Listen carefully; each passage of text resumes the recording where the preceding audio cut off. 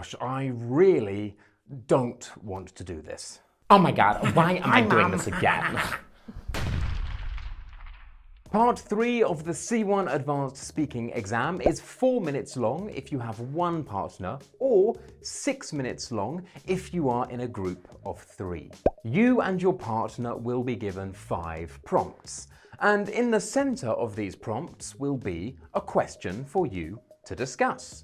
Your first job in Part 3 of the C1 Advanced Speaking exam is to answer the question in relation to the 5 prompts, and you will be given 2 minutes to do this. Remember, in this part of the exam, you're talking not with the examiner, but with your partner.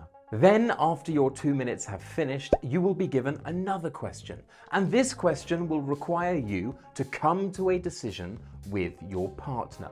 You will only be given 1 minute to do this. So, in total, in Part 3 of the C1 Advanced Speaking exam, you have 3 minutes of talking time.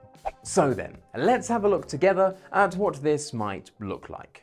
Now I'd like you to talk about something together for 2 minutes. Here, this bit is really important. Remember, Part 3 is the first part in the exam in which you need to talk to your partner. So, as soon as Part 3 begins, turn your chairs inwards so that you and your partner are facing each other. This lets your partner know that you really want to talk to them, and it lets the examiners know that you know that in Part 3 you need to talk to your best friend, your partner. Ew, gross. Oh, Monica, I love looking at you. Oh my god, this is disgusting, Mr. Toby. And now we are ready to engage in a beautiful conversation. Here are some different ways in which people communicate, and a question for you to discuss. First, you have some time to look at the task.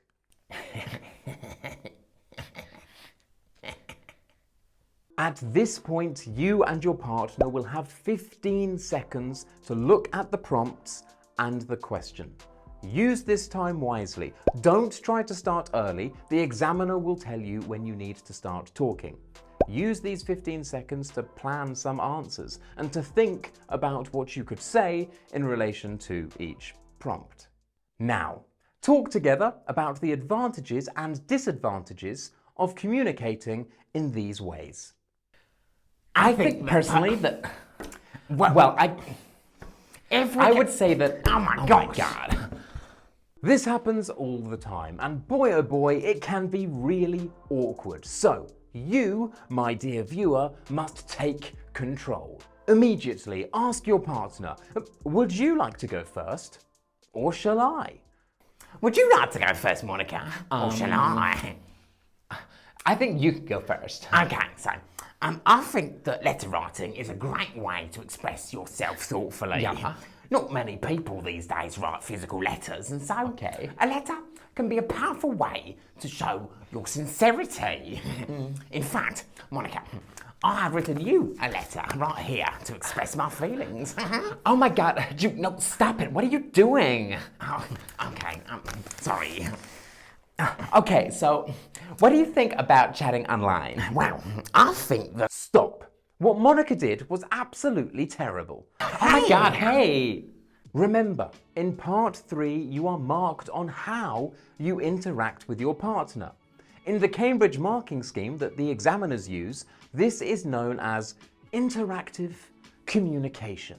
In order to score at least a 3 for interactive communication, and that is the bare minimum required for a pass, you need to ensure that you link your contributions with those of the other speakers. Monica didn't do this. She ignored everything that Duke said and instead moved the conversation on to another prompt.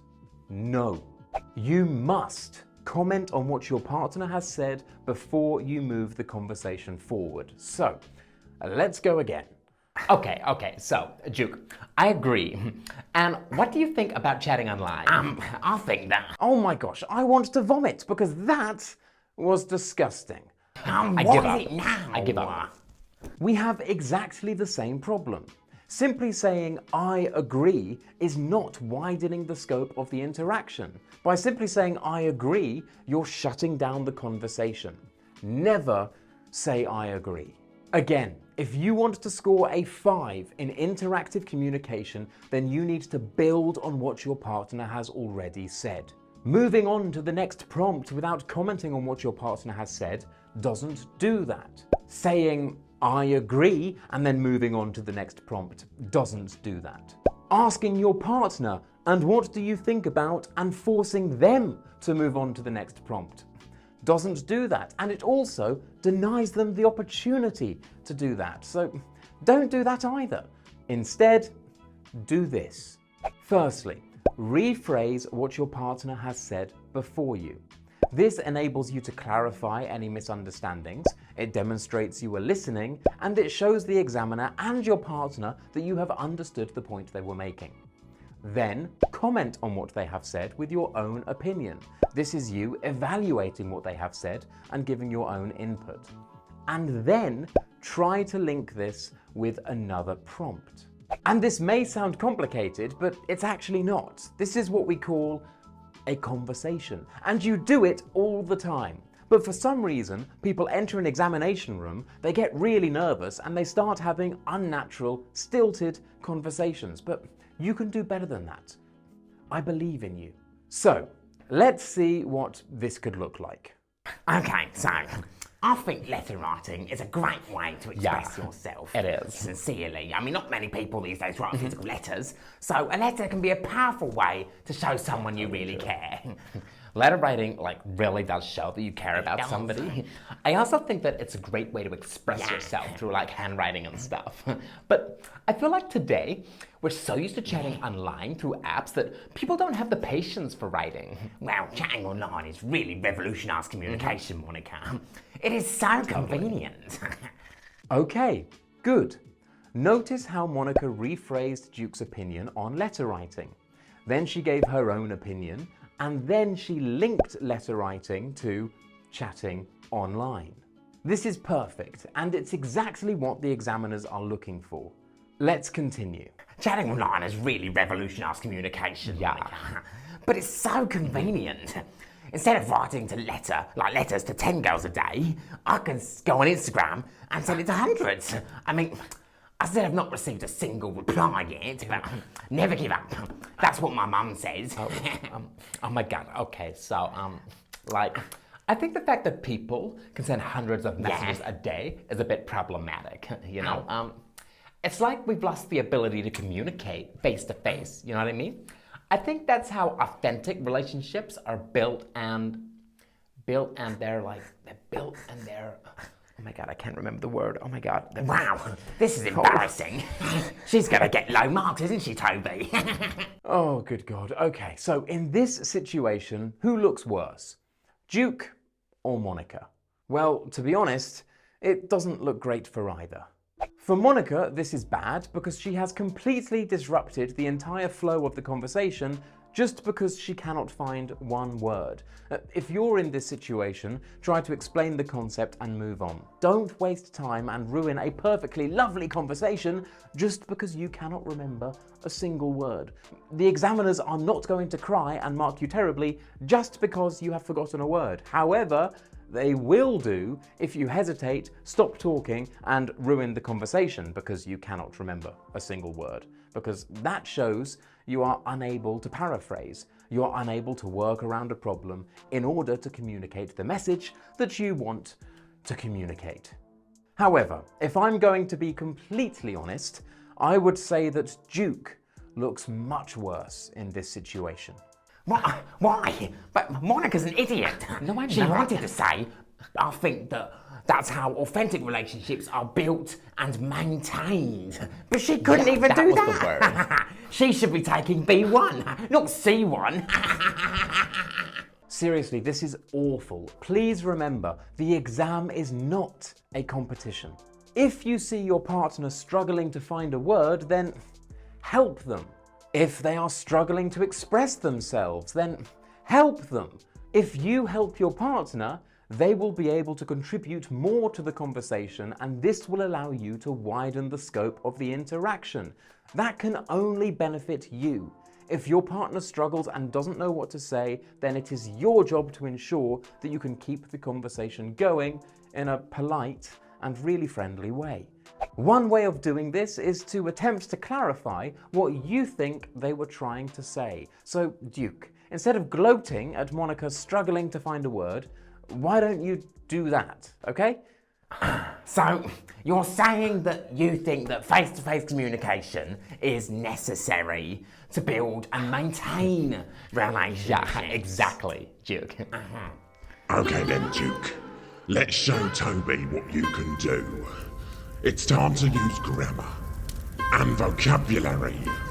Show him you are the best English speaker in the world. And in contrast to the opinion expressed by yourself, I subscribe to the view that had the internet not been invented and had chatting online not taken off as it has done in recent years, people of a timid disposition would not have any means of communication compatible with their innate characteristics.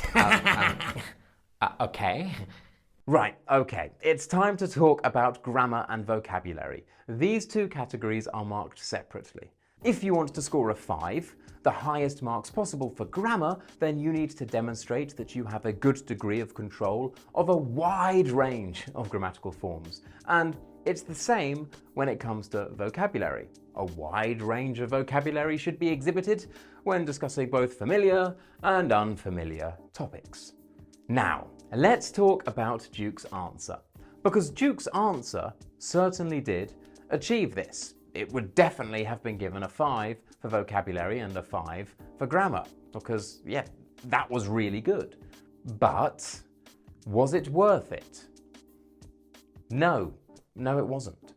Because Duke had to concentrate and think so much in order to produce this complex grammar and this unfamiliar vocabulary, he started hesitating.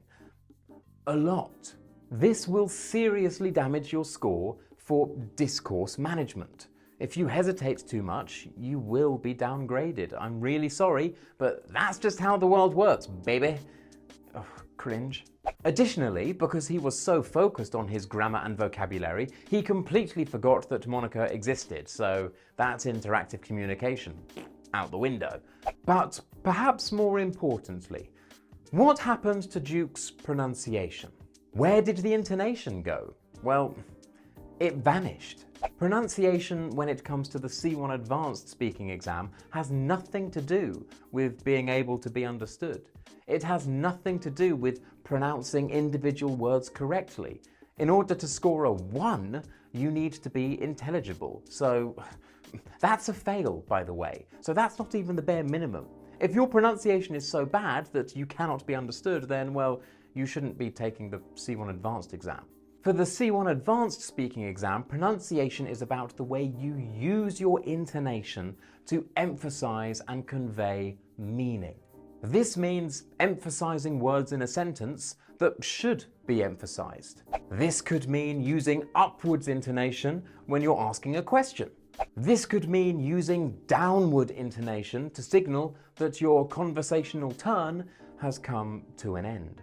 If you are using all of your mental resources in order to try and show off using complex grammar and vocabulary, then your pronunciation, your discourse management, and your interactive communication will suffer. So my advice is, for the C1 Advanced exam, don't do it. So, you're saying that chatting online is great if you're shy. Yeah. Like, I totally see what you mean. And it may be good for some people, actually. Yeah. I don't know. I'm a pretty confident person, I guess. Thank you. Oh my god, but Mr. Toby, what are you doing? We haven't even discussed having video conferences or giving lectures yet. I want to talk to Monica some more. Oh, God.